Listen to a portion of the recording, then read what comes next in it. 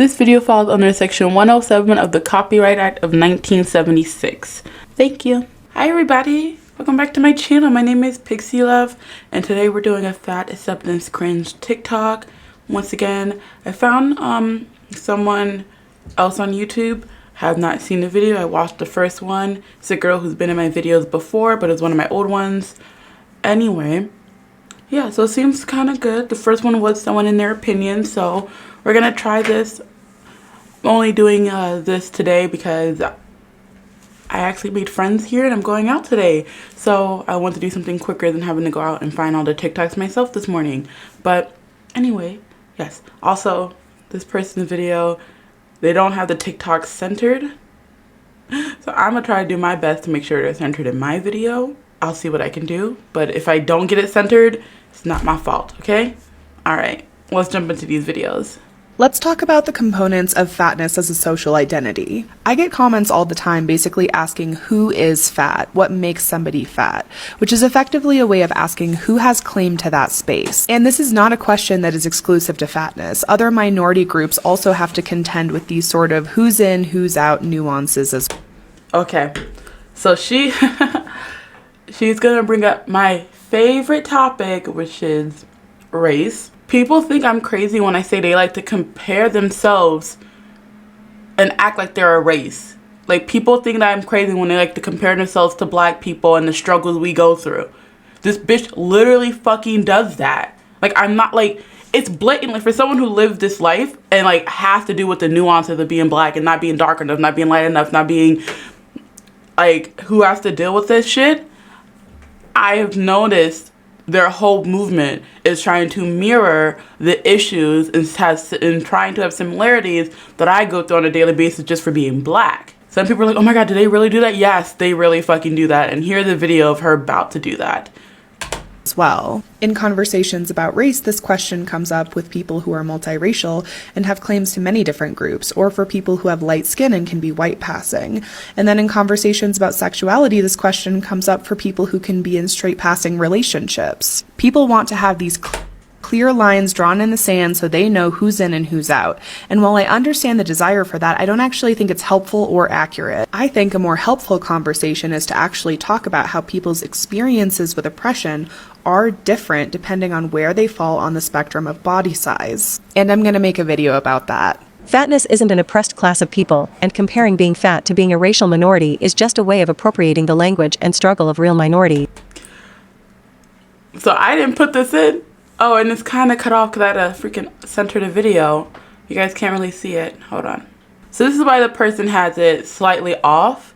And I think I'm going to leave it slightly off then so we can see what their opinion is and how it compares to my opinion. Okay. Yeah. Basically what I just said.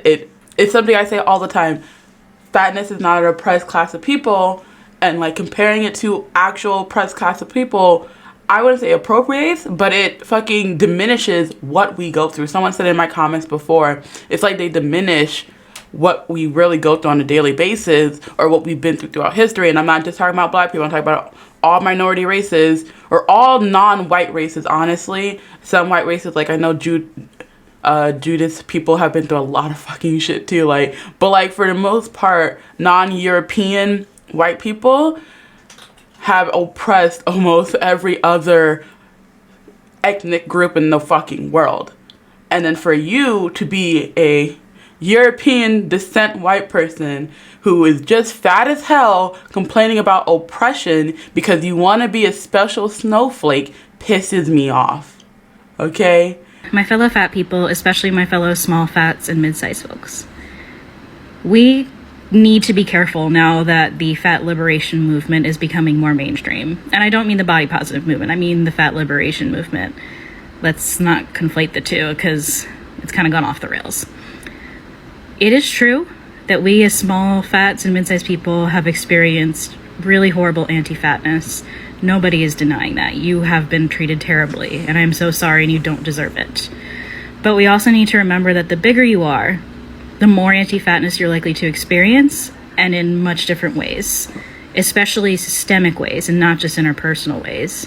So yes, it's frustrating to not be able to find like cuter plus size clothes, or like, you know, thin girls are taking the extra large clothes at the thrift shop. But if you're bigger than like a 2X or a 3X, you're not going to find anything at the thrift shop to begin with because people don't make clothes for you. You're not going to be able to shop in the plus size section because even the plus sizes don't go up to your size. It's worse when you're bigger. I mean, you can't fit in a standard airplane seat. The medical fat phobia is even worse. Most modern furniture, that kind of flat pack furniture, isn't designed to carry your weight, so you're afraid to even go to a friend's house because the chair might break out from underneath of you. Are those things that you experience as a small fat?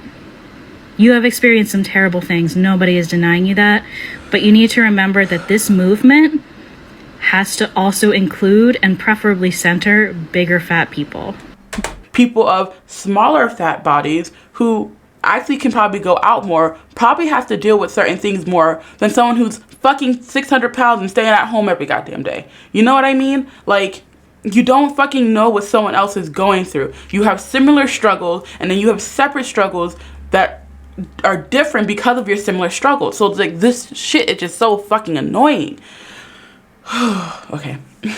Just like, yeah, it's just, okay, now let me hear what this person, and I like that this person also gives their little ideas, so they can give me things to talk about, so I kind of like them. So let's hear what they have to say now. Getting large enough to reach the sizes you are talking about, a 2X and 3XL size, means that you have bigger problems to deal with other than I might break a chair or thrift stores don't have my size. Those issues should be taken as a warning sign that you need to change, not a sign that the world needs to change to accommodate you. Okay, first, I think this person, I'm gonna assume this person's in a smaller body, because a 2X size 3X is not I want to say it's really not that big where you're not breaking a chair at that point. 2X and 3X is like, it's still considered mid-size, because that's what I am. I borderline between 2 and 3X. I get 3X leggings from Fabletics just because they give me more room, but I can fit the 2Xs. They go on to slide down. So I don't think that's big. I would say that's around max 300 pounds, because that's right under where I am. So at 300 pounds, you're not breaking a chair. I've never broken a chair. I'm pretty good on that.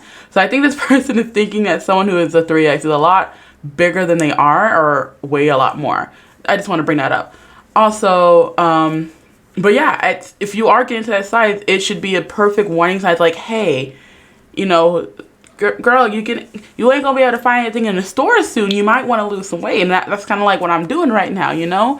So I do agree it should be a warning sign. But breaking chairs, I don't think you're doing that at 300 pounds, unless it's like a baby chair. Like, okay. I see a lot of people on social media who kind of built their whole brand or identity around being the fit one or the healthy one or the gym bro. If that is a central piece of your identity and a huge source of validation for you, I get it, because that is the world that we live in. There is so much emphasis on how we look. But if that is your primary source of validation, you may be playing a really dangerous game. Yeah, that's kind of true. Nobody should place their entire identity on one pillar like fitness or nutrition. That ends up hurting you in that. Especially if you're young, thin, and able-bodied, you will lose some of that privilege. Wait, what privilege is going to be lost? The ability to eat healthy and work out? Or the privilege of being young? But weren't we talking about thin privilege? It doesn't matter how much you're working out or eating carefully, or if you have the money and resources for fancy products and plastic surgeries. So now we're on to plastic surgery. All right. Because you can't control the passing of time. That means you will get older, and our society is ageist as fuck. So if we're lucky to live a long time, we will all face that reality, even if you don't lose other forms of privilege. So now we're just talking about ageism.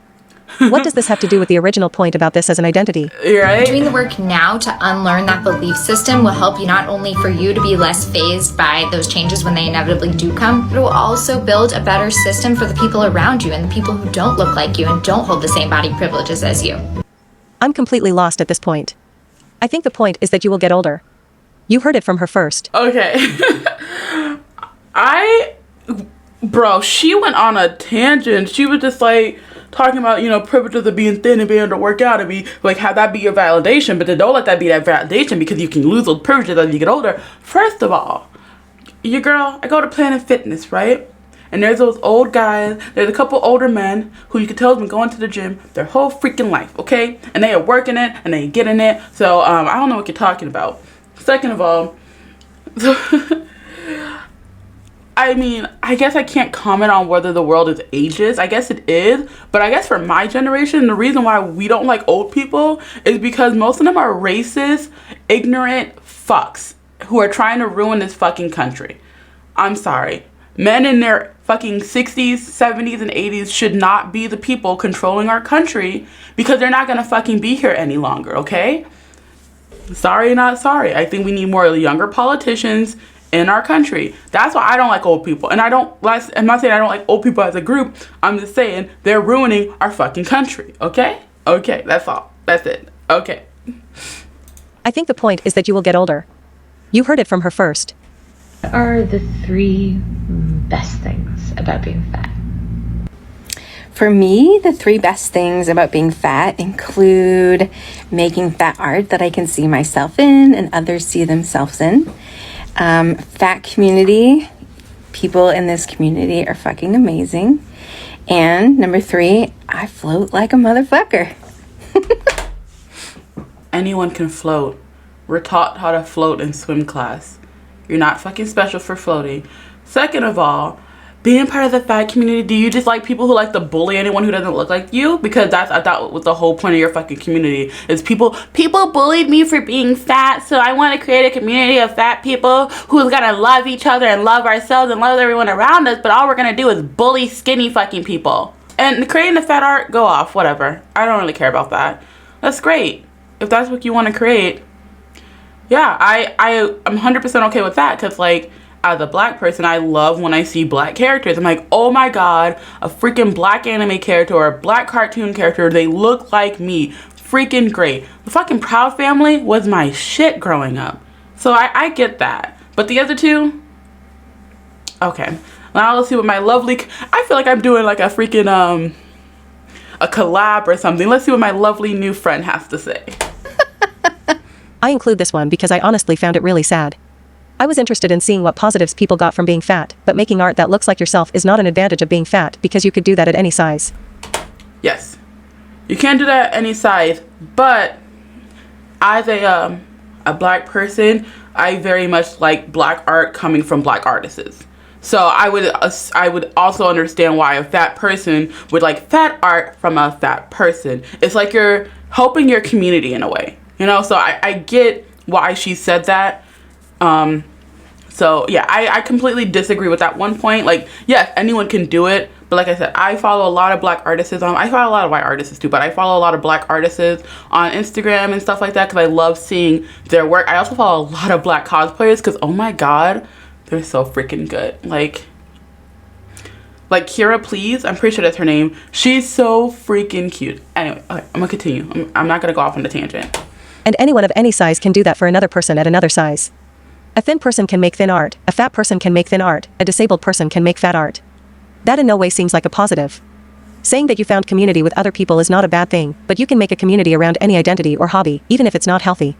Like the smoker community at work. And being able to float is a positive? Not even being able to swim. Just floating?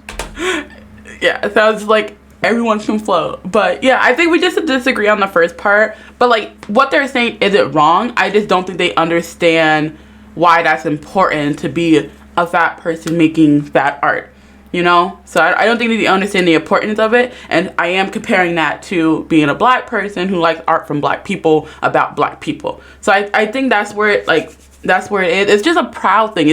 You like seeing people like you succeed, no matter what you are. Like, I like seeing anyone succeed, but when it's someone like you who you associate with looking like you, being like you, must have to go through the same struggles as you like seeing them succeed because it's like you succeeding. So I understand that part. Also, this person's smile is just so contagious. Like, I don't find this video sad. I find it interesting. It's nice to see. They have like okay points.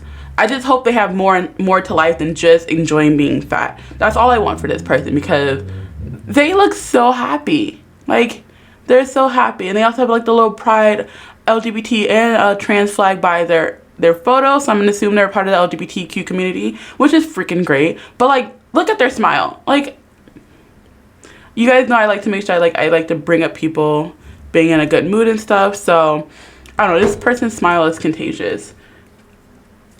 I think let's do one more because I've been recording for a while. If I were to give positives of being in my body, I would say being able to do backflips, being able to walk up 8 flights of stairs when the elevator is broken, something that aids my life in a way that other bodies couldn't. A fat person can walk up 8 flights of stairs. It just might be hard. I can walk up 8 flights of stairs. I'm going to be out of breath, but I can do it. I can't do backflips, but even when I was skinny and I was trying to learn how to do a backflip, I could never learn how to do a backflip. But I can do a cartwheel, I can do a round off, I can do a handstand, and I can do a lot of other gymnastic stuff, and I can also coach. As a fat girl, I can coach gymnastics. My little nieces and my nephew who is doing flips, he could do way more than I could ever do, but I can coach him in his formation and his, like, tuck in your back, tighten your core, keep locking your knees. Like, I can coach him. I can coach the girls when they're doing their cartwheels and stuff, and I can actually show them those because I can still do them in my almost 300-pound body. So, I keep saying almost 300 pounds. In fact, I'm like down to like I'm down to 285 almost, so like I'm not close to 300. Well, I'm still close to 300, but anyway, like I can still do flips in my 800 plus body. So okay, let me let this person finish. None of the things mentioned did that, and that's why I found it sad. Alright guys, so let me know what you guys think down below. I do appreciate this person's video being nothing but people and their opinion. It's what I used to love about Ladisha's videos, and this person also gave their opinion, so they were doing commentary on their videos as well. So I really appreciate that. They weren't bullying anyone about their looks either. They were assuming people couldn't do certain things in their body, but you know, that's fine. They weren't physically going out about someone's look, like calling someone ugly or fat or lazy or whatever. They were just taking their opinions and, you know, adding their opinions to what that person said, which is basically what I do. So I really appreciate this person for doing it. I will leave their link down below if you guys want to check out any of their videos. But yeah, I think their name was their name is Fun Tea Time. It's like auntie, but it's an F and it's times. Anyway, I'll leave their link in the top of the description. But anyway, if you guys like this video, make sure you guys leave me a like down below. If you guys like me, make sure you guys subscribe because you guys get videos Monday through Friday, okay? I'll see you guys I'll see you guys tomorrow. Bye bye.